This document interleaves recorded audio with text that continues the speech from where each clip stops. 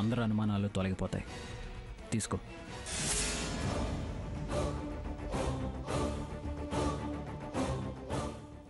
వెళ్ళు, టైం అవుతుంది.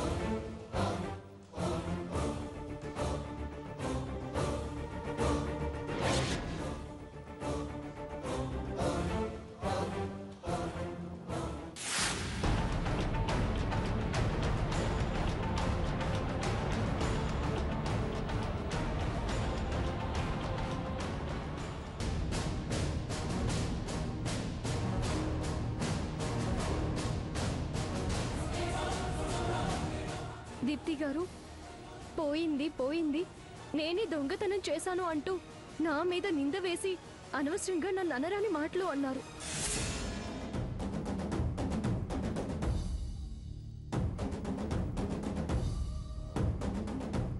ఇదిగోండి నాగమణి హారం.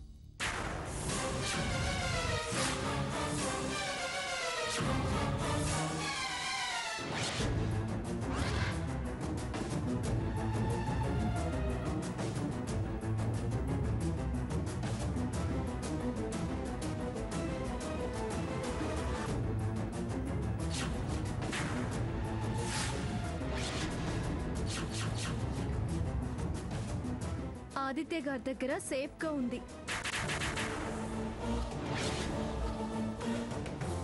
ఉంది అంటే మళ్ళీ ఎవరైనా లేపేసే ప్రయత్నం చేస్తారని ఆదిత్య గారే దాచారట. మెరుగు పెట్టించి తెచ్చారు.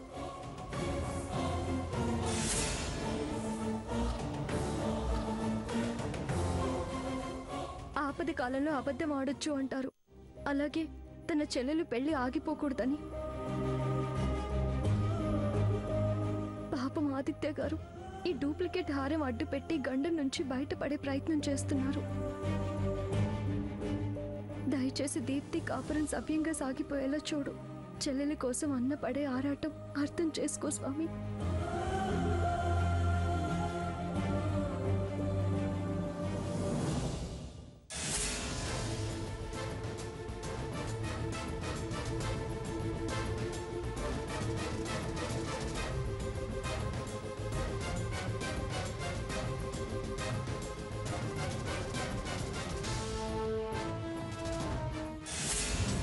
చూసావా దీప్తి, నువ్వు నిన్న నిలదీశావు.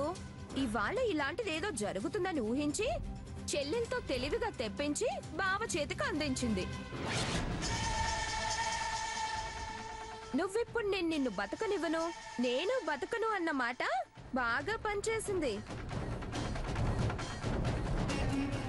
అందుకే మెరుగు తరుగు అంటూ హరికథలు చెప్పి ఎలా నీ మెడలో వెయ్యాలని చూస్తుందో చూడు.